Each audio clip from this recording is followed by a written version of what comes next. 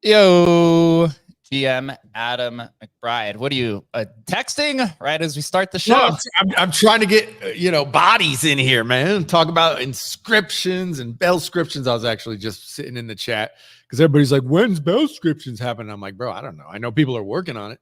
They're like, "But when are you putting it out?" I'm like, "Bro, this isn't Microsoft. There's no there's no CEO directing people to build stuff, bro. This is like this is what it is, man. It's decentralized communities building shit. And do I think it's gonna happen? Yeah, I think it's gonna fucking happen fast. But shit's gotta get built, man. And it's so interesting just dealing with Bellscription. It's very similar to Ordinals, but people know what to do now. Like when Ordinals happened, it was like figuring it out because the wallets weren't ready and everything wasn't really ready. So it all had to be built from the ground up. But now the playbook's been written, right? And so everybody knows what to do. And it's just a completely different scenario now for any of these communities, right? On any chain. And certainly for Bellscriptions, it's just way more efficient. I mean, within a week, we already have a wallet up and running, browser wallet. I did see that last night. I was quite surprised that was spun up so fast, but what Shannon had told me, he said it's actually not too hard to do. Not too I guess that's right.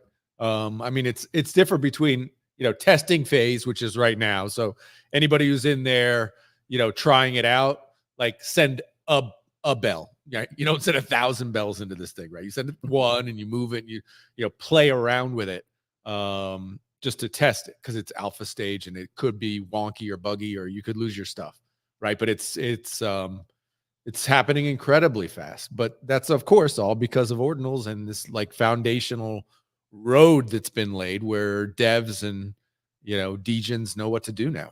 So it's exciting times, man. Dude, our speaking of bells, our collection on LooksRare is done quite well. I know we're gonna have a Bell show tomorrow, and I hope you bring everyone. I hope your best friend Billy Marcus joins us as well. But just looking at LooksRare here, 25 owners actually, it seems low, but in terms of our first real venture into fungible tokens inside of ERC 1155 contracts, I'm actually pleasantly surprised how this has turned out so far. And I've said this a few times already. I haven't really got a response, but I think doing this type of style trading for things like Bitcoin and Litecoin, etc., I think can have really large ramifications, because you can essentially trade Bitcoin on chain in a permissionless way. Where else can you really do that? You know what I mean? Yep. So this is I think going to set a really big blueprint moving forward for some of the capabilities that Emblem can do, but also just the general interest there. I'm gonna pin the video up top. Anybody new to the room, if you prefer to watch the video to see what Jake's sharing on his screen and stuff, I've pinned that up top. Yeah, also make sure you guys retweet the spaces. It's pinned to the top so we could get some people here. Usually we do the Pepe show on Wednesday. We've been so busy at Emblem that I honestly just spaced. I totally just forgot. I botched that one. My bad. But we're going to cover all of the hot topics of the week going into the show. But first, GM Dogfather. Hey, GM guys. So yeah, really looking forward to today's space.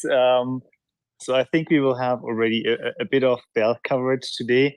So just from my side, I was trying out this non-KYC exchange. I haven't, dabbled with that before, and it's like, man, this is fucking working super fast. If they say 10, blocks and you see your balance, it's 10 blocks and you see your balance. But it's not like Coinbase where you wait half a day or so. This is really blazing fast. It's really like a smooth exchange, and the Bell USDT pair is one of the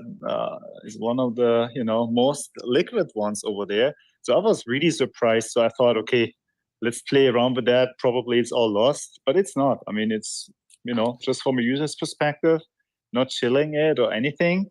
It's really working very smoothly. Yeah, I did see first that non-KYC added. The first thing they did is after they added Bell USDT pair, they added Bell Doge pair, which I thought was like very right. It was like written in the stars, essentially. We knew it was coming at some point. And I saw there was a second exchange that just added. Yep. That just added Bell as well. Are you, Adam? Are you in those kind of conversations? As like I am. Honestly, usually it either goes one of two ways. The first way is, hey, we'd love to list your token. And I write it back and I say, sure. What can I do for you? He's like, well, how much are you going to pay us? And I'm like, 0. This is a community project. There's no, So that's the first conversation. The second conversation is, hey, we want to list the token. I go, great. What do you need? And they're like, we need a index or whatever. And I'm like, here it is. And they're like, awesome. We'll let you know when it's live. And I go, great. Like, so we've had a couple, obviously that first mover, non-KYC or whatever, like they've crushed, right? And I don't know, sometimes if you, I don't know, you take I don't know what they're charging, but it's substantial. Like if you want to remove your funds or whatever, they take a healthy fee. I'm sure they're making a ton of a bank, right? But that's awesome. Like who cares about that? Like we want people to make money, right? And to be able to trust, trade trustlessly is awesome. Of course, guys, don't keep. I would never ever recommend you keep any substantial amount of money on that type of exchange, because I've heard nothing but horror stories. But if you want to trade, go trade. And obviously, I'm obviously a huge believer in what we're doing. I have a couple friends who got in early in Bell and got burned with OTC trades already. And I'm like, bro, what are you doing? Like Emblem Vault's right there. And the response was, yeah, but this was 3 days before you guys launched it, right?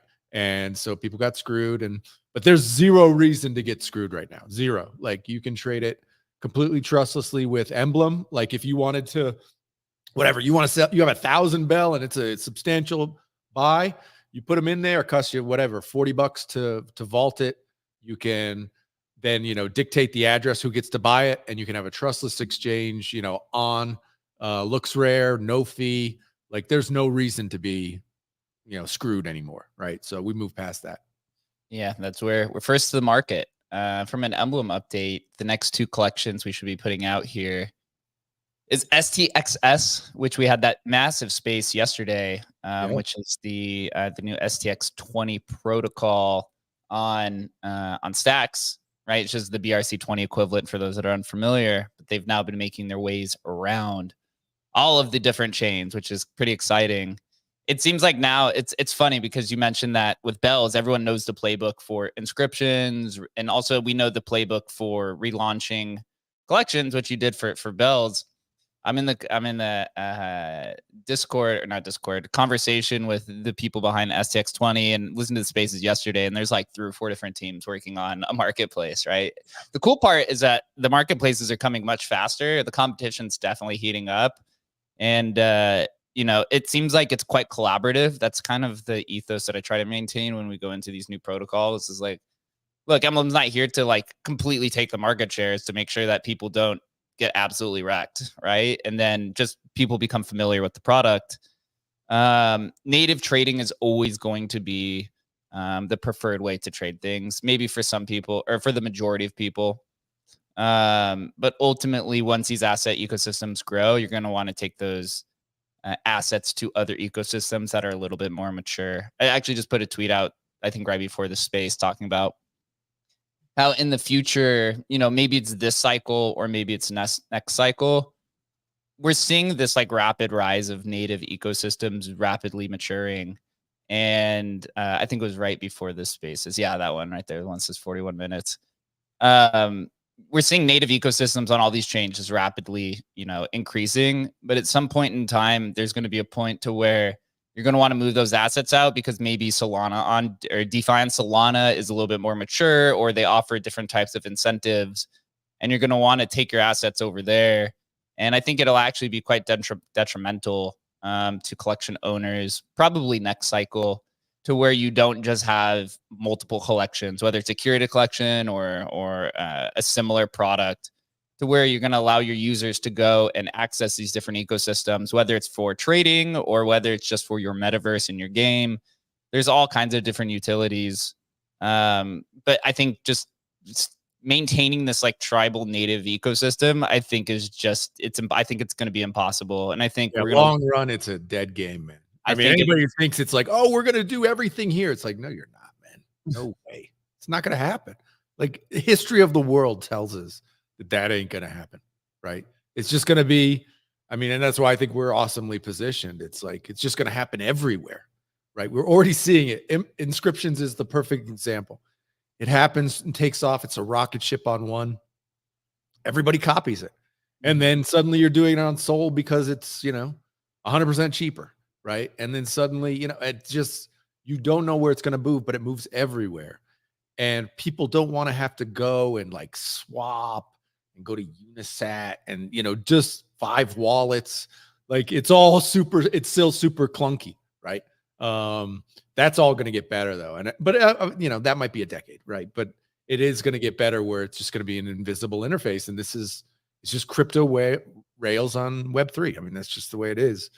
But we need to make it invisible. That's for sure, man. Right now, it is still clunky, man. I don't know. You were nice enough to set up. Somebody was going to give me whatever, atom.sats or whatever. Yeah. And, it was no big deal. But I'm like, well, how do I have what kind of wallet is it? Do I need a Stacks wallet? It's like we're still at that stage, right? We need to get past that stage. Yeah. So Ordicy, which is the ordinal aggregator, I think this product's actually quite underlooked. A lot of times, I think it's overshadowed. It's an ordinal aggregator.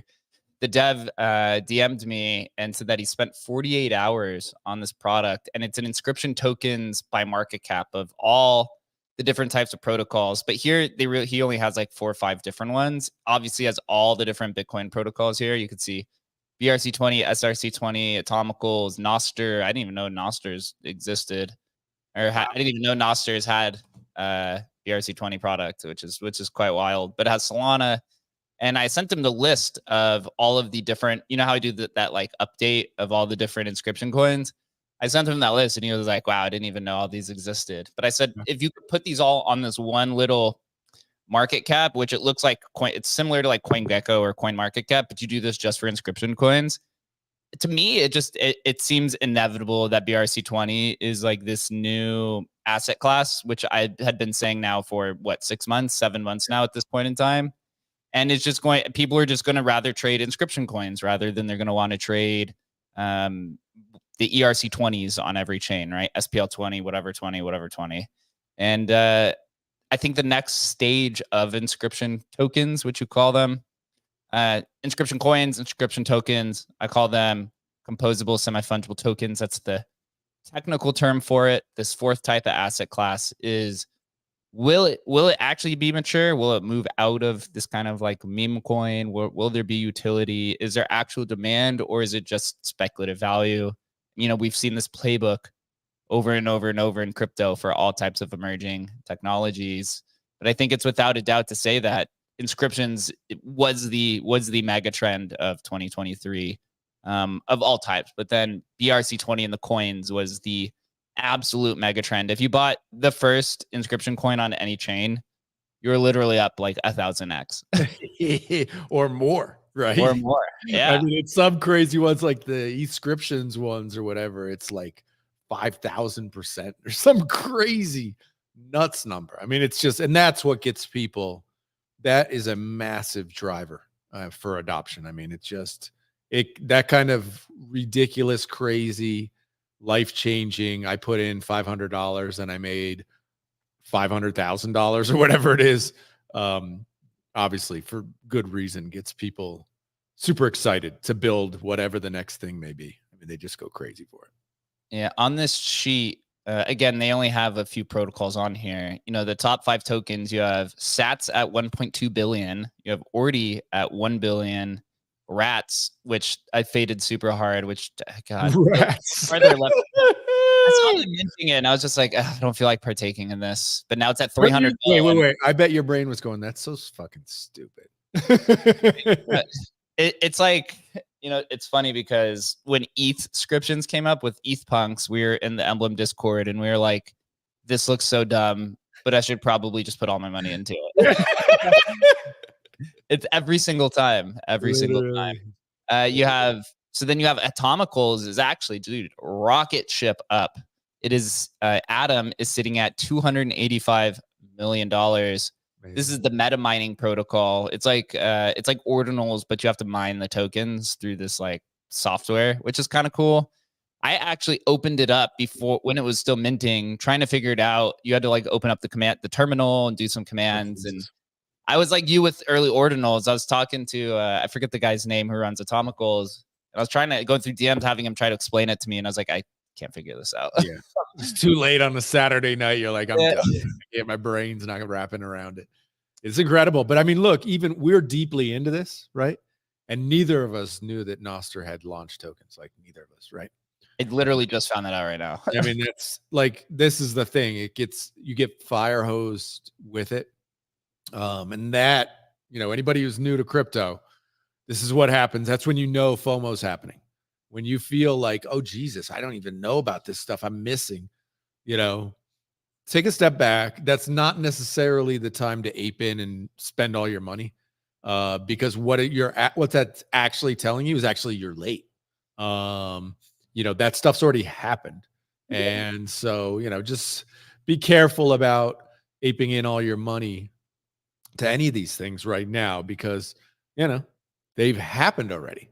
And we're looking at whatever. I mean, it's, you know, Rats at $320 million market cap. I mean, bro, it is meme coin season. You know, at number 5, this is right. This is number 5 track sitting at 158 million.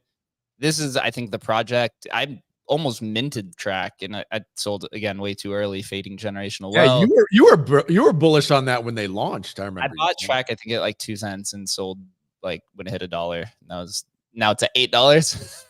Incredible, dude, right? Insane. So you bought it at 2 cents, sold it at $1.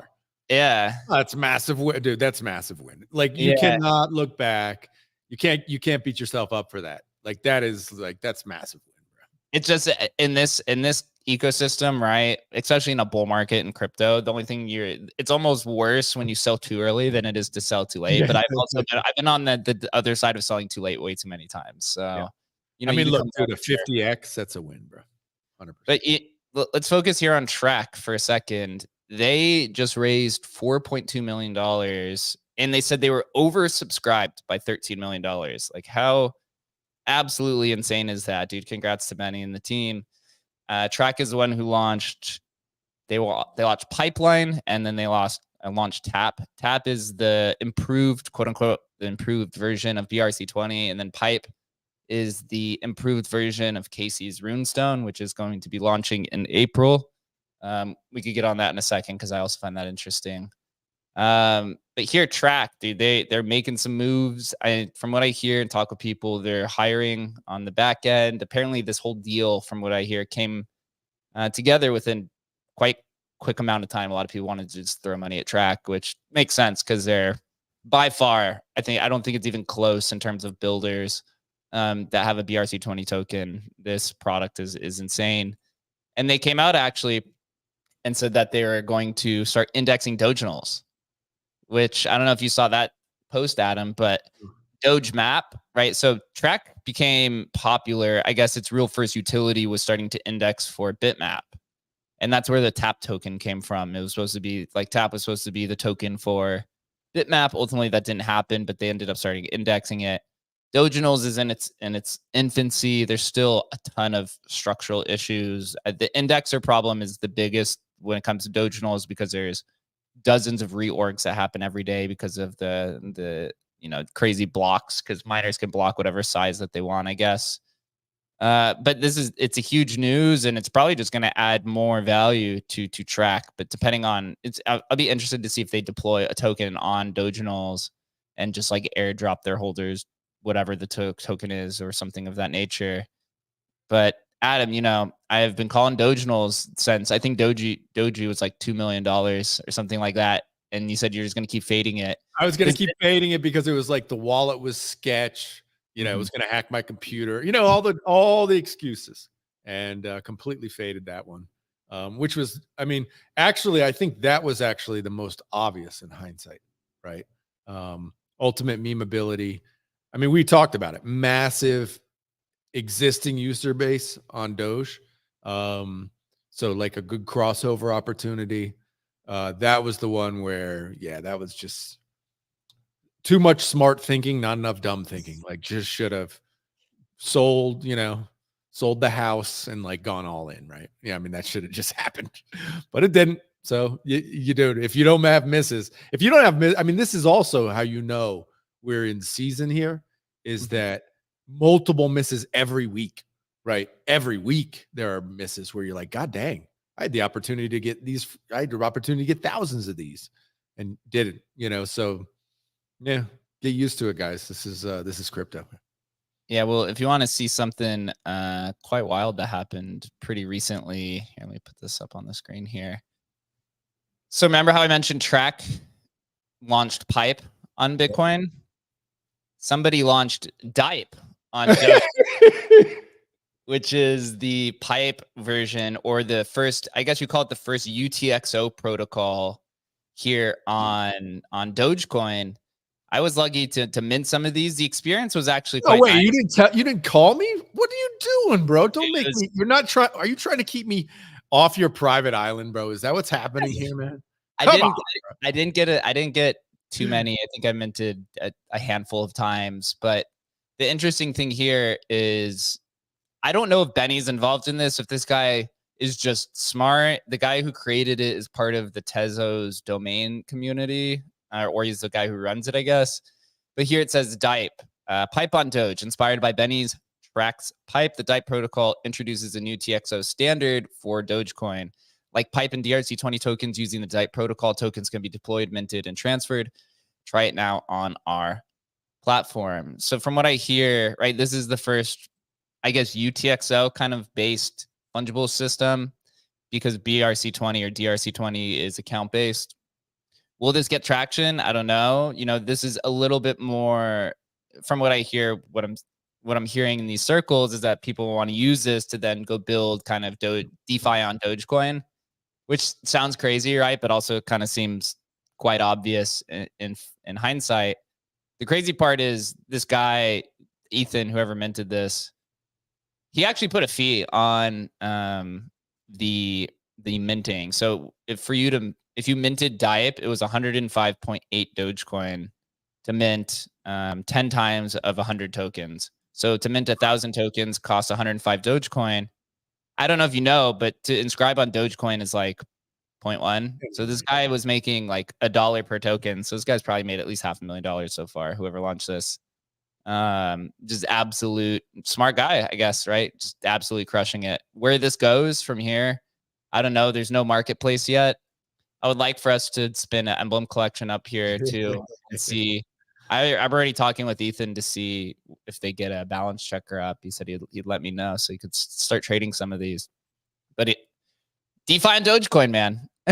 It's the same. It just makes sense. It just makes sense. Actually, it makes no sense, which makes it even more attractive.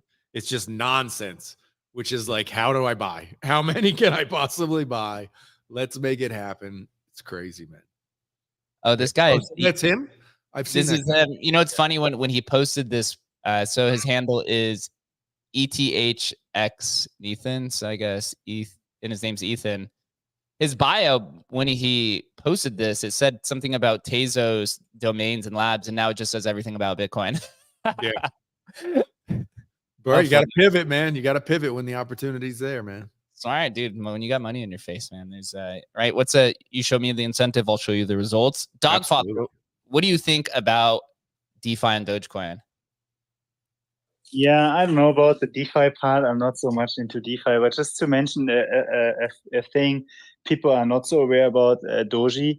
So if you compare Doji and Audi, so the biggest Doji node and the biggest ordinal, people always point out that Audi was so super successful. But if you know that if you run a node, a Dogecoin node, it costs you like a cent or so, or even less, or a tenth of a cent to mint 1,000 Doji. So I think the profitability of both coins are relatively similar. And on top of that, Audi was way more competitive. So the mint just happened within a day, right? So you had to be really fast and the fees were high, relatively high. While Doji was way easier to mint. So I asked a friend, he minted a few. So this was really relaxed compared to Audi. So I think since the Bitcoin ordinal space is highly competitive, the low-hanging fruits are on Doji nodes. So for everyone who thinks he or she is late, these chains offer you a new start. You couldn't have said it any better. And eventually Litecoin ordinals will come back. From what I'm hearing on the rumor mill, there should be a new indexer coming out here pretty shortly to solve all of their previous indexing issues and controversies. So, and then there's a few people looking on at marketplaces. I think the Litecoin Foundation, from what I hear, is actually getting involved into Litecoin ordinals. They're like, we got to revive this ghost chain. They should. Right? I mean, Litecoin's still in the top 20. So you're sitting on $5 billion or so and value just sitting there, just waiting to do something, right? It's the same kind of obvious idea. I forget who kind of coined this term, but it's the idea of like, the more clunky it is and the more friction there is in the beginning, probably the higher their upside is of going through and trying to get these tokens and holding on. I know Adam's figured that out through Bells. Is reviving 2013 kind of infrastructure is not easy, bro. It's funny because I got in a little Twitter discussion with Not So Fast. I don't know, yesterday or the day before, and he was giving me some shit like, "Hey man, why didn't you if you were gonna do this, you could have fixed all the tech first and launched it right and done a fair launch and had it could have been you could be merge mining it from the beginning and all this sort of stuff." And I was like, bro, shit doesn't work that way. It just doesn't. Look at what Casey did or Domo or anybody. That's just not the way people work. It's not the way development works. You just put the stuff out there, you work through the issues, and if you have enough traction and you get enough eyeballs and enough attention and enough money comes in, you got a good chance of being successful. And there are good, like all of these are not going to win, right? There might not be, they'll still be there, but I don't know. AVAX inscriptions, or anybody going to care about those in a decade? Most likely not. But they might care about, doginals, and I mean, obviously you put your most money on the big dog, right? Native ordinals is probably, the most likely to succeed. But, the odds, we have no idea, right? And so, it could all be replaced tomorrow by, I don't even know, inscriptions. Everybody knows inscriptions is the best thing to do, who knows? And that's the exciting thing too, is that, stuff gets disrupted all the time. And so, although we're all high on ordinals and inscriptions now, shit can change. Yeah, it makes you think of like what is coming next year. But in terms of inscriptions on some of these alternative chains, dude, they are just absolutely destroying all of them. They've shut down two different L2s, ZK Sync and Arbitrum, the Telegram network Ton, which is like a top 20 coin by market cap. That's funny. That's crazy. Also went down. I saw it the other day. I forget. I'm gonna have to pull up Eric Wall's post here in a second. There was another chain. I think Celestia was rather affected by it. I'm still. To me, it's still to be determined if the inscription coins will provide value, or inscriptions in general, on some of these other smart contract platforms, because the whole idea of it, right, is that these smart contract platforms are supposed to be built to scale. So you should be using something that's a better standard than this, right? I think the ERC20 standard and equivalent across all these other chains it's definitely, at least in today's world, more effective than inscription coins. Yep. But I saw where AVAX, it's supposed to be scale efficient, and gas fees were like $50. Not right. It's just like, I mean, that's what all the all the soul hype over the last 3 weeks or a month. It's like, yeah, I know it's cheap now, right? But I know it's efficient now. But if you get real traction on almost any of these chains, as you said, they start even breaking, which is crazy, and I don't think even people who were building those chains thought that could happen, right? So it's awesome. Like this again is like, these are the stress tests, right? And you bump up against what's possible. It's incredible, man. I mean, it's so good for the entire ecosystem. Obviously we believe it's been great for, absolutely awesome for Bitcoin, but this is like for the every chain to bump up against this stuff and, push its limits. It's so good. This is like, had to happen, and honestly, it all falls at the feet of Casey, which is just incredible, man. Such a success, man. Yeah, Casey's quite benefit. But when you're looking at the different chains, the proof of work ones between Bitcoin, Litecoin, and Dogecoin that have blocks held up rather well. None of them have gone down. They've all just kind of continued business. Check out this video that I took of when DYPE was minting. I was sitting on one of the one of the indexer tools. Look at how many transactions are going through on this. Do you see this? It's like you literally can't even see. It just like it's blurred. Hundreds or thousands. Dogecoin had a block when DYPE was minting where it was like 3,000 transactions in 1 minute in one block, because they do it every minute. Wait, so what chain is this on? This is Dogecoin. Oh my god. This is when this video that I have up here, it's just showing the transactions going through when DYPE is minting, and it's literally hundreds of transactions a second, to the point where it literally just looks like a waterfall. Transactions is what it looks like. But Dogecoin didn't go down, right? And that to Dogecoin's benefit, I think that's a massive stress test to show, hey, maybe this could be something more than just a meme coin. I know it has kind of technical things to overcome. Yeah, and I do know, because I've been in talks with some very, very helpful, and to everybody who works at Dogecoin, like, big thanks from me personally, because they've been amazing in trying to keep the Bell blockchain running. But they bump up again. They have like a dedicated team to like keep that chain running. Like, that does not want to just run on its own. It's not set it and forget it at all. they shared like one thing, a graphic with me of like how many times the chain like basically locks up or freezes like on a daily basis, bro. It's like it was like the red parts are the parts where the chain's frozen. Dude, the whole fucking chart's red. You know what I mean? It's like, yeah, these guys bust their ass to keep that chain running. Yeah. What's it like interacting with them? And do you know Oh, any so information about the Dogecoin developer team? Are they so cool? nice. Is it a large team? That I don't know, but Billy was really cool and hooked us up with some amazing contacts. And I won't give their names, but they've been nothing but amazing, nothing but amazing, nothing but supportive, given incredibly invaluable advice, like amazing advice. And so yeah, hats off to them. They're amazing. Are we gonna get Bell's Doge merge mining? I think that's most likely. Yeah, most likely. Yep. That's the most entertaining outcome for sure. Most entertaining for sure, man. You're getting almost like a human centipede of merge mining, right? You got Dogecoin that merge mined with Litecoin, and then you're getting Bell's coin that's merge mining with Dogecoin. Like, what's next? Proof of work, man. TikTok, every block, baby. I mean, yeah, that's what Bellcoin, man. It's like this is the difference, man. It's a meme coin, but it's also its own blockchain, which makes it whole nother level. I was thinking about this last night of the resurrection or the revival of Bell's coin, and it couldn't have been a better opportunity for you and your brand of everything you've done. You know how many projects you've relaunched. Trust me.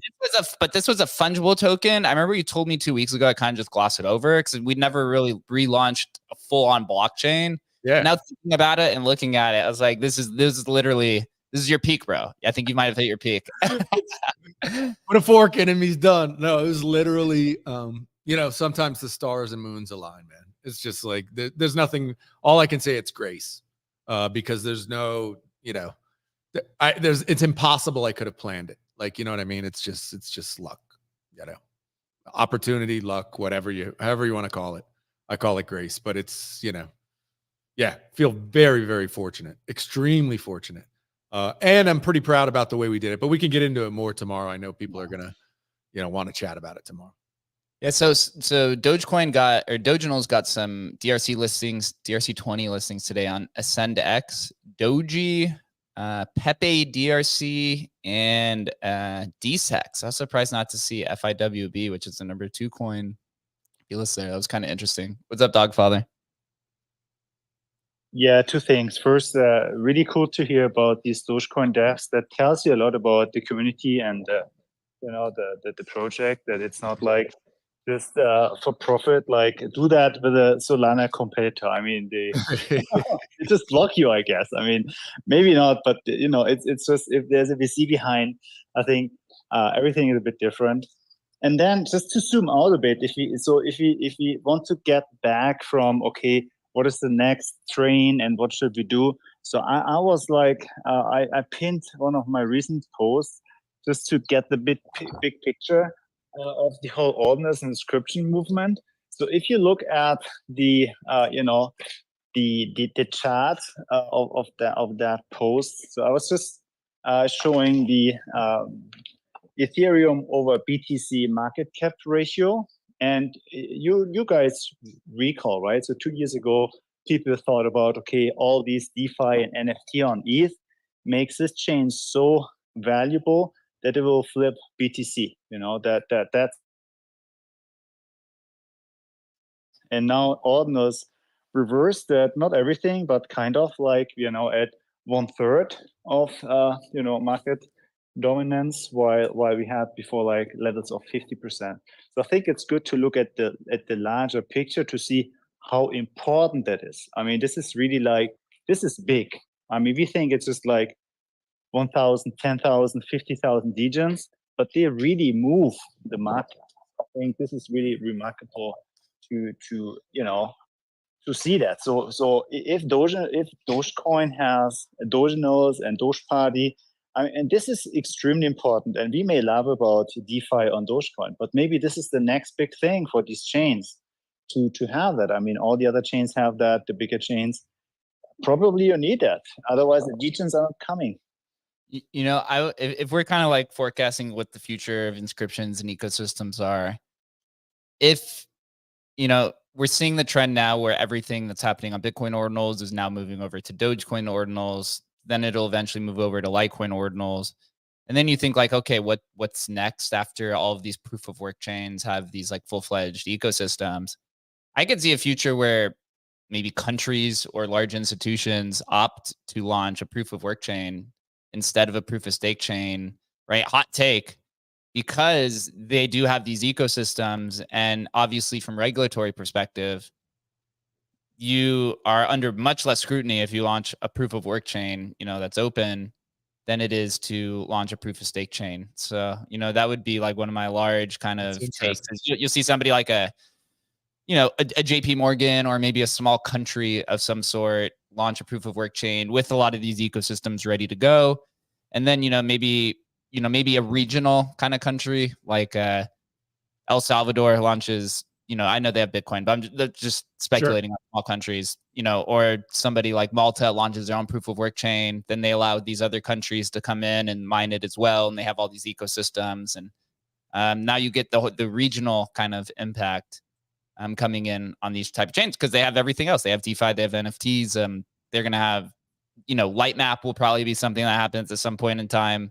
All the bitmap ecosystems and so on and so forth. It's an interesting take. I had a guy in my Discord, I think maybe a couple weeks ago. Maybe it wasn't my Discord. Maybe it was some other one of the HNFT Discords. But he was shilling Namecoin for exactly what you're talking about. He's like, look, it's probably not going to happen, but the 1 in 1,000 chance that it happens, that like a state actor comes in and it's like, actually, we're going to use Namecoin as our as our base layer. I was like, Namecoin, bro, come on, man. But it's interesting to actually play around with that thought process. If a near bankrupt or country with hyperinflation, if they just tie it to one of these chains, of course, everybody's like, oh, well, it'll be Bitcoin, but maybe not. Maybe not. Maybe they need something that you can actually, transact on. So maybe it's a Litecoin or a Dogecoin or something like that. The most unique outcome, or the most interesting outcome, like maybe Dogecoin does become the world's currency, man. I mean, it's just like you get into this crazy talk, but when you have hyperinflationary environments, like, I have friends who have been through Venezuela and Argentina, and people here in Costa Rica went through a hyperinflationary period in the 80s. They remember it. And, there was nothing when that occurred. You couldn't get out of it. There was no way out. That's different now with blockchain tech. Like, these countries can get out of it in a way, at least pivot in a way. So, it certainly is a possibility. It's a possibility. Yeah. JP Morgan coin. We're going to have all of Wall Street mining it. That's how we do it. Dude, let's just say right now, Bell's blockchain is the best blockchain position to take on the global currency. Oh boy. What's up, Talk Father? What do you think? Man, never say never. I mean, never say never. I mean, people, trading Bitcoin, for pizzas and, sending some friends 1 or 2 Bitcoin to play around. I mean, they never thought about this will have the monetary value we have today. And I like your idea a lot, Jake. So I could imagine a world where you avoid the regulatory issues by starting with the proof of work and then migrate to a proof of stake to be more like ESG compliant. So you have your distribution phase with proof of work for the first 5 to 10 years. Then it's nicely distributed. And then you move to proof of stake or whatever kind of more modern consensus mechanism, just to, save some energy and get rid of all these, CO2 counting entities. So I think that may really be a way to move forward. Yeah, I mean, Vitalik laid the blueprint out, right? Of being able to do this kind of the merge in essence. Well, can it be duplicated? Probably. Is it difficult? Extremely. But using proof of work as a distribution mechanism for large scale economies and then moving to proof of stake, I think that's also kind of a very fascinating twist on it. But I got to make sure that we got our equivalent of bitmap on it so that I can go back the block space in the virtual. Wait, did Dogmap already mint out? Did we miss Dogmap? or did Yeah, you? it's pumped like I think it's up like 300% in the last few days since the track announcement. It's crazy because I looked at it and I started buying some like a few weeks ago when it was around like 40 cents or 50 cents. And I just looked at it purely from a it was worth like $2 million market cap, and Bitmap was at $100 million market cap. And I looked at the difference between the two. And so Dogecoin mines a block every minute. So there's 1,144 blocks per day. So you have 1,144 Doge maps that are being created. And on Bitcoin, you have 144 blocks because every 10 minutes. And I was like, there's a literally 100x difference here. And there's only a 10x in terms of the block output. So it's like that 10x is going to catch up at some point in time. And literally like a few weeks later, that's when Benny came in, said we're going to build Doge Map. And that's here we are. Here we are today. But I mean, ultimately to me, Doge Map and Bitmap right now is just a fungible token with kind of a culture attached to it, with people who can speculate on philosophy of what you could do with it. Because there's really not much, there's no metaverse that's been built on it yet. People are toying around with the coins. So like for Bitmap, there's a kind of an interesting situation that's happening. And I actually posted about this a few weeks ago. NAT launched, which was the block runner guys that were doing the non-arbitrary tokens, which was kind of the way that you can look for patterns in Bitcoin. And then based off those patterns, you could mint tokens against it in like this decentralized mint way, which I think is kind of going to be the second type of innovative mint that comes from ordinals. The first of being the first is first method, which Bitcoin punks did. And then you have these NATs, and then you have wrapped Bitmap, where somebody created, you could deposit your Bitmaps and get these tokens against it to go trade fungibly. And then there was one called BMP, which is you just claim tokens based upon the sequential order of bitmaps that you own. I think it was like sub 10K bitmaps got like a certain percentage higher than the sub 100,000s, and so on and so forth. And this BMP token is up pretty big so far. I mean, from a free claim to, I think it's around like a 10 or $20 million market cap already. Bitmap is going to be, in my opinion, it's looking like it's going to be the Yuga Labs of airdrops in the Ordinals ecosystem, because everybody who owned Bitmap got to claim these BMP tokens, which are now worth, 100x what you free minted them for. And it's only going to continue to increase because you're on mute, by the way, Adam. But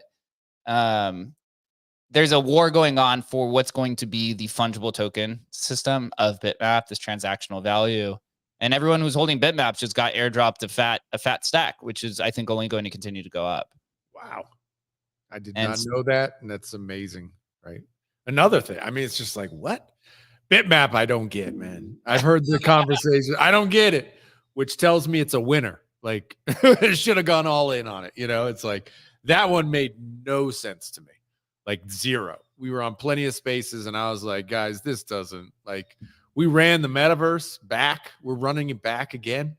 And this isn't even any meta. This is just like you're claiming land on a thing. I was like, this makes zero sense. And now you're telling me this is the Yuga Labs airdrop winner of the last 6 months. It's great.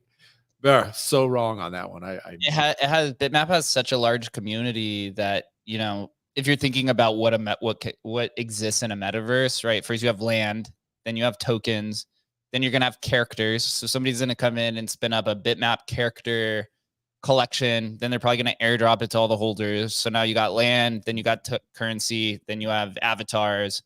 Then it's going to be something else, and people are just going to keep building on the theory and just keep airdropping Bitmap holders. It's the easiest way to get it into people's hands, right? Is like, make them rich at the end of the day. Crazy. So it's kind of exciting. I'm still holding the ones that I inscribed from the beginning, but you get any like rare numbers or anything like that? I think the earliest one I own is in the like 30,000 area. Something like that. I know there's like these like Bitmap punks, which is like the block space that looks like a punk people are buying, which looks kind of cool. A lot of the early blocks are just like single blocks because there's like one transaction in the block. So you just get this like fat plot of land, I guess, or the equivalent of what it's supposed to be. But I don't know, man. Like you look at Bitmap, and it's more of it. The collective market cap is larger than any of the inscription collections, like Frogs and OMB and stuff. And when you compare it up against all the fungible tokens, it sits at like number 6. I think I could see a position to where Bitmap is right under Ordeon Sats, or maybe even surpasses it at some point in time, just because there's more speculation on what it could be and what the plots of land are. And there's so many, right? 800,000, but still much less than Ordi, which is 21 million. And I think people are just going to start taking these cross chain and start trying to experiment with it. And it's going to create all this different types of speculative value that I think it's easily going to go over $1 billion at some point in time, probably pretty soon, because you still haven't had that really delta kind of like sell off where you just get this god candle at the end. Yeah, you know when it sells off is when they actually try to release something that is actually metaverse. Like that's when when that day comes. Hey, in December of 2024, we're gonna launch the first VR. You can go in, sell all, bro, because when that actually launches, it's like nobody cares about it. You're probably going to want to sell everything maybe like a month before runes drops, Casey's runes, because everyone's just going to literally funnel everything into it, even if they don't care, even if BRC20 has adoption. Just the pure headlines of the creator of Ordinals launching his own fungible token standard, literally right around the time of the halving, is just like a narrative that I think is just not smart to fade at all. I'm not saying it quite lightly. What's up, Dogfather? Yeah, just to add to the bitmap narrative. I mean, Adam, how can you fade it? I mean, it's not about the bitmap. You have passes on there. Every transaction is their own building. Man, if you have the right bitmap, you can sell thousands of them. I mean, thousands of them, and everything is connected. And man, fading bitmap is a huge mistake. Huge mistake. I lost that one. That was like, and then I was like 800,000. That makes no sense. Like everything I know about collections and everything from Mooncats on down is like, you hit that 20,000 mark, you're at death's door. Like that just kills collections. Totally wrong again, man. McBride, you're an idiot. I should have just been like, dude, this is the dumbest thing I've ever heard about. Sweetie, I got to take some money out of the bank because we need to go all in on this silliness. Like that, honestly, that was of all the stuff we've done over the last 8 months, that was definitely the one I faded the hardest for sure. Because that literally, I was like, we've run this playbook, and this playbook is people are not interested in digital land at scale. Like even when Yuga did theirs, the other side, I was like, what are they doing? 200,000? This makes no sense to me, and it didn't. It got crushed long term, but here we are, man. Here we are. I mean, it's not too late for Dogemap, man. Everything that's happening on Bitcoin Ordinals is going to happen on Dogenals, especially with Benny there. So it's not too late to first acquire some. I think it's around 20 Doge right now for Dogemap. It was at 5 like a few days ago.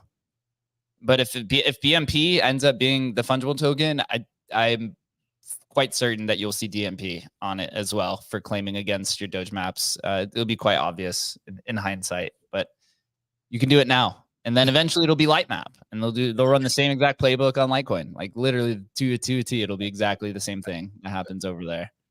Whenever that ecosystem can finally pull its head out of its own ass. I had to message Luke. LightScribe wallet's like down now. It's like trying to send transactions out. Can't even send anything out of the wallet. It's like now the wallet's broken. Like it's just a disaster. But the only what happens when they're only like literally like 2 guys supporting everything, right? I mean, it's which is actually kind of surprising because you would have thought Litecoin, super early, lots of money made on Litecoin. If you were early and minted it early or whatever, mined early.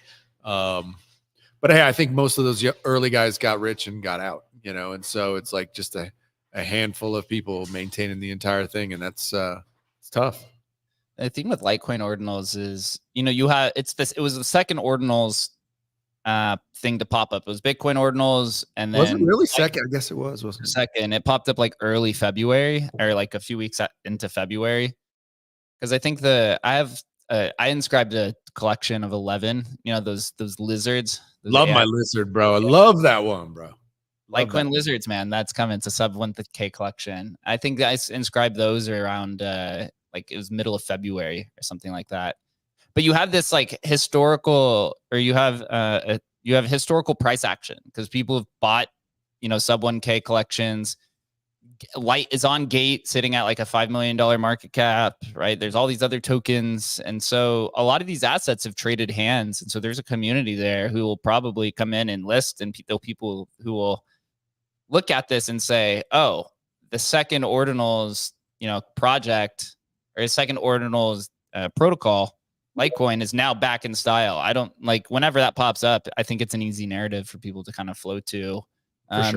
Because you think Bitcoin, Litecoin, gold, silver, whatever the meme nature is. And now you see all of these ETH people, right? You saw like Thread Guy talking about getting into ordinals. I see Zeneca posting, and Luca Nets from Pudgy Penguins is posting about ordinals. So all these people are going to come in, and they don't know the depth of knowledge that we have in ordinals, but they do know what Bitcoin is. And they do know what Litecoin is, right? And so it's easy to just literally come in for them to just come in and say, oh, this is my opportunity to get in early to something that's similar to Bitcoin ordinals. Or I could just be complete opposite and they say, fuck it, I only want Bitcoin, right? Well, I mean, if history is anything, and anybody in this space who's been through a couple of cycles, you see like when Bitcoin runs, all these others trail it. Like Litecoin goes up, like Litecoin 3Xs during bull runs or whatever it did last time. I don't know.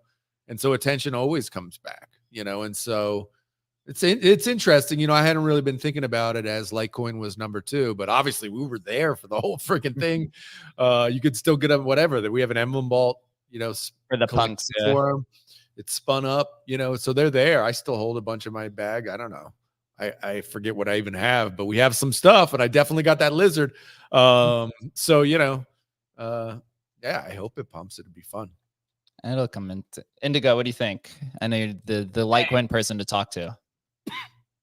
Somewhat. I definitely think Luke and Anthony more so. When it comes to Litecoin ordinals, I will say personally, I've dropped the ball. I do think that at the current pace and where we are with everyone else, with everything else going on with Bitcoin and Dogecoin, Litecoin has definitely been lagging. The infrastructure has definitely been lagging. And yeah, the biggest issue is we are developer constrained right now and limited funds. Mm-hmm. So that's a big issue that needs to be addressed. And at the same time, though, what's cool about this whole entire space with Bitcoin, Litecoin, and Dogecoin is that they all run the same protocol, basically. And so whenever something gets developed for Bitcoin, Litecoin, or Dogecoin, you could easily port it from one to another. And it really doesn't take as much resource to port it. But maintaining is another story. Also, that Bells thing, Adam, what you guys done, that was hilarious. They came out of nowhere to me personally. What's it? One thing that's basically what Satoshi and Hal spoke about. The last thing they spoke about on Bitcoin Talk, BitDNS and generalizing Bitcoin, creating multiple chains and merge mining them together. So this is basically what their vision was, and it's cool to see it's happening on Litecoin, Dogecoin, and now Bells. Sorry, I get nervous talking up here, but yeah, it's really cool, and what you guys are doing is amazing. I appreciate that, man. Awesome. Yeah, again, for those people who missed it, but we are doing a Bells space tomorrow. Like I said, Adam's going to bring his best friend Billy Marcus in. Maybe a lot. How amazing would it be if we got Billy? I don't think Billy's going to come. Yeah, but he did come in the Discord though, which was like I had. If you had told me Billy was going to pop in, first of all, that we're going to create a Discord. Second of all, that Billy, the founder of Doge, was going to be in there chatting for an hour with us, I would have been like, you are insane. Billy hates, crypto. He's gonna FUD this to death, but he hasn't, man. The guy's been just the coolest, nicest, helpful guy. Like, props to him, man. He's awesome. Yeah, the plan is for Bells to merge mine with Dogecoin. Dogecoin is merge mined with Litecoin. The only other merge mining that I know is Namecoin is merged with Bitcoin, as Indigo mentioned, which was BitDNS. I don't think the top of inscriptions is in until we see namescriptions on Namecoin. I think it just keeps going until that actually pops up, which I know some people have explored. I don't know if it'll actually happen or not, right? And I can only imagine the historical narrative of my inscriptions expiring because because on Namecoin the tokens only last 8 months unless you. Bro, you talk about like dev constrained, which is a great term, man. I appreciate that. I'm going to use that all the time now. You talk about dev constrained, that's Namecoin, man. They got like a dev. So yeah, they're definitely dev constrained. And well, the whole idea of the expiration, it's brutal, man. There's no way around it. Like Namecoin got that wrong. They got that totally wrong. I understand why they did it. You know, you think about 2011 and the space and what it was, and you know the idea of URLs and they should expire so you can't squat. But it's such a bummer. And I've seen it, you know, talking with the Ether ID guys, you know, because Ether ID is an early project, and it's like those things are there, and people just the idea of going in every 6 months to renew is just like, ugh. Nobody likes it. Like people hate them. And so it's a bit of a bummer, man. Yeah, it really is. Right. With .sats, it's different. You just own it. You own it, dude. That's the way. I mean, that's the way it's an interesting, just from a historical perspective, about the way people were thinking in 2010 or 11, like, oh, you don't want squatters. I mean, look, even ENS, right? It doesn't last forever. You have to, you know, renew it.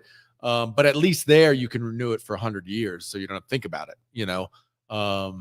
But yeah, it's interesting to see those like early experimentations where, you know, people got it wrong back then. They just got it wrong. At least in today's thought process, it's wrong. Yeah, I agree. It's an experiment. Sorry, but absolutely. Experiment. No, I'm not. Yeah, I'm not putting down what they were doing as bad or stupid at all. Like in the time, I'm sure it made the most sense. 100%. Yeah. And the idea, I think it's a great experiment though, and to see what works, what doesn't work. These different incentive structures, you know, it really is theoretical until you put it into practice. And you know, there could be like what you guys are doing with bells, and who knows what other chain could be created now, and merge mine and provide utility to the miners and additional revenue to the miners. It's another avenue other than, you know, just higher transaction fees. I just hope in many ways, yeah. Go ahead. Sorry. Actually, go ahead. No, yeah, that's about it. Anyway, sorry. Go ahead. I was just making a dumb comment. I hope we see Vertscriptions from Vertcoin back in the day. One of my favorites. What's Vertcoin? How have I not heard of this? What is that? I think Vertcoin was like a fork of, fork of Litecoin, fork of Bitcoin remodeled. I don't know. I remember in 2017 we were trading. The only thing to do was just trade forks of Bitcoin. That was like the meta to do. You got like Einsteinium and Dash and all these. I think it could be possible, right? If this Bell, I think Bell's is actually a pretty good example of this. So if Bellscription proves to provide a lot of value and interest, I think it could set a good precedent for people to start going back to the other proof of work chains like Dash and I don't know, Bitcoin Gold. I'm just throwing these out, like these older proof of work chains, Peercoin, etc., and just build an inscription ecosystem on it, right? And then just kind of revitalize it. Because what happened with Bitcoin? Bitcoin was transaction. It was gold, right? There was nothing else. But now you have ways to build assets on top of it.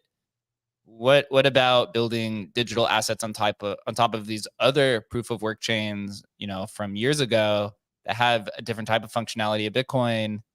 You know, but now have digital assets, like with Peercoin, for example, right? Peercoin was this like idea of like decentralized kind of video streaming and decentralized routing.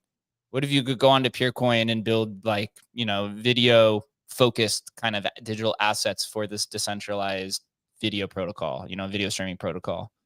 Like that to me is like, you know, maybe you want to, it's take my money, bro. Take my money, bro. We're going to start like a old school pre-2017 proof of work chain fund. Just speculating on where all these inscriptions are going to end up coming to. But ultimately what I say is like, I think Bell coin is like going to be they're going to set a pretty good precedent for it. If you see Bellscriptions take off and Bell 20 and these other ones, I think you'll probably see some people go to their old proof of work chains and try to do the same thing to see whether it'll be successful or not. Who knows? But you know, I think we're just kind of at the beginning of this. Well, maybe the middle. You know, maybe the value and speculation is kind of getting near a top. But in terms of like what's going to transpire from this, I think has like years of impact in terms of experimentation. You you know, I'll ask you this question tomorrow as well. But the one thing I noticed was, as you reviving bells, typically when in 2021, 2022, as we were bringing back these like old, you know, NFT collections, it was all kind of the same community because it was all mostly on Ethereum, right? All mostly on Bitcoin. But the community that I've seen like surround bells seems completely different of anything related to Emblem, anything related to the older NFT archaeology. It's a complete old crowd. And from you were saying of the devs who are coming to Bell's Coin, or devs who have been in the space since like the beginning of Bitcoin and things like that. So it seems like this could transpire to energy for that type of community.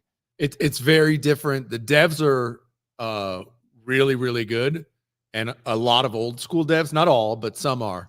But the community is degen, man. The community is just like, coin go up, McBride, pump my bags. I mean, literally, I was talking to my wife, like joking about it, because I'm like, you know, at 11:30 at night, still texting and doing whatever. And she's like, dude, what are you doing? I'm like, sweetie, I got a new job. She's like, what are you talking about? I'm like, some dude named Frank just bought $3 worth of Bell tokens, and now I work for him. You know, I mean, it's like literally like pump my bags, McBride. It's like, you know, it's just it's a way different vibe, man. This is not the majority of people are not in there to, you know, hold on to assets for a decade until the rest of the world catches up, right? They are like, can I get out this afternoon? And what can McBride do to get me out this afternoon? And I'm like, bro, I can't do anything. You know, I can't do anything. I'm just trying to keep this chain running, man. You know, yeah. So anyway, it's awesome, but it is what it is. Yeah, it's exciting, right? And if Bellcoin is a winner, right? If everyone ends up being winners, they're just gonna create an altcoin market for proof of work inscription ecosystems. I'm telling you, if it's proven successful, it's going to happen. Gonna happen. You can't stop. Yeah. So until then, man, we'll save that conversation again tomorrow. I think it's going to be a big one. Adam, I hope you've been shilling the Bells Spaces bags to everybody so we could talk about it and dive a little bit deeper. This is a fun conversation. I do enjoy when we just get to kind of spitball and go back and forth, and instead of the guests and hype and stuff. So this is where some of the alpha comes in. Plug the sales bot, Jake. Oh, yeah. Forgot about the sales bot. Yeah, let me plug that. Thank you, Chris, for reminding me. Is it pinned? Chris, did you pin it up top? Pin it up top. Yep, up top. We finally launched the Emblem sales bot, man. It was a pain in the ass to figure this out. First, I had a dev trying to work on this, and they couldn't figure it out from a manual perspective. So I had to go to one of these services. I have it pulled up here. The issue is that we have, 35 to 40 collections that are ERC 721, ERC 721A, ERC 1155, ERC 1155D. So there's all these different standards that we're using, and the dev we were working with couldn't figure it out. So I had to go and use Intelligence 2.5, and I had to get in the DMs and talk with them to make sure that this would work, because they said this is by far the largest, a curator of contracts to be or to use their services. So we set it up. It's at Emblem Sales Bots, pinned to the top. Highly recommend following it. The things we have here, we have all the collections that we currently support. So you'll see Pepe, Inscriptions, Bells, Spells of Genesis is on there. Right now we have it set at sales over 0.2 ETH. And the reason why is Twitter API, man, is quite expensive now. We're still on the free model, which I believe is 1,500 transactions or 1,500 tweets per month. If you go to $100 per month, it's 30,000 tweets per month, which comes down to 100 a day. There's literally no other gap between $100 per month and $5,000 per month. So I'm going to play around with it for the next few weeks to determine like what's the sales. And then eventually once volume picks up and everything, then I'll go to the higher model and you'll see more. But I just remember the old Emblem sales bot that was run by the community. In the very beginning days, they didn't have a price filter on it. And so you were just seeing like literally hundreds of Pepe Cash bought for $5, Pepe Cash bought for $10. And that's not that's not the type of tweets that people want to see. So we have it set to 0.2 right now. If it gets higher, then we'll probably go ahead and tweet more. But yeah, please go ahead and follow that. I think this will bring a lot more attention to it. Al also launched the Pepe.wtf bot as well, but this is everything inside of Evolved. We'll go through here. You just got to make sure not poor and spend 0.2 or higher. Yeah. I thought actually one of the great memes of the last of the ordinal cycle was when, all the ordinal sales were happening through Emblem and people were like, it's a sad day, but I'm going to have to mute the Emblem sales bot. RIP, but Emblem sales bot, you are now muted. Was great back in the day. People were pissed because they were just used to Pepe and Spells of Genesis sales. They were like, what the fuck is this ordinals coming through here? I'm tired of seeing Bitcoin punks on my feed. Awesome. But it's back, man. It's back. Yeah, we're back. Once it gets going, it's going to be it'll be a cool way to kind of just track what's going on multi-chain and kind of where the actual heartbeat of the market is. So pretty cool proxy for what's going on and what ecosystem's really going off. So pretty stoked about it. Once we're deployed on ordinals and then Sol, you're gonna see some wild ass stuff happening. That's actually Chris brings up a good point, right? When we deploy on ordinals, you're gonna see like CryptoPunk bought for 1 Bitcoin, and people are like, "What is going on here?" That'll be exciting time. Ultimately, though, right after that, and then we deploy on Solana. I think that's honestly where a lot of the transactions are going to happen. A lot of the Pepe Cash can get vaulted for kind of cheap, right? All these kind of smaller transactions will go over there. You'll probably see some of the larger ones go to Bitcoin, but that's why we play the game. We have no idea, actually. We just want to be everywhere so that we don't have to play that game. We'll just Emblem coming to a blockchain near you. If you guys don't know, Adam, I, and Chris, we host this show Tuesday through Thursday at 11:30 a.m. Eastern time. We're talking everything from trending topics to guests to inscriptions, Bitcoins, covering everything, pretty much ordinals and collecting is kind of the two main focuses, and multi-chain. Tomorrow, we're having a Bells coin megaspace. Be there for that. Adam is going to dive into everything technical, bring on some of the devs and figure out what's going on in that ecosystem. Please make sure that you follow everybody on stage, and we'll see you guys tomorrow.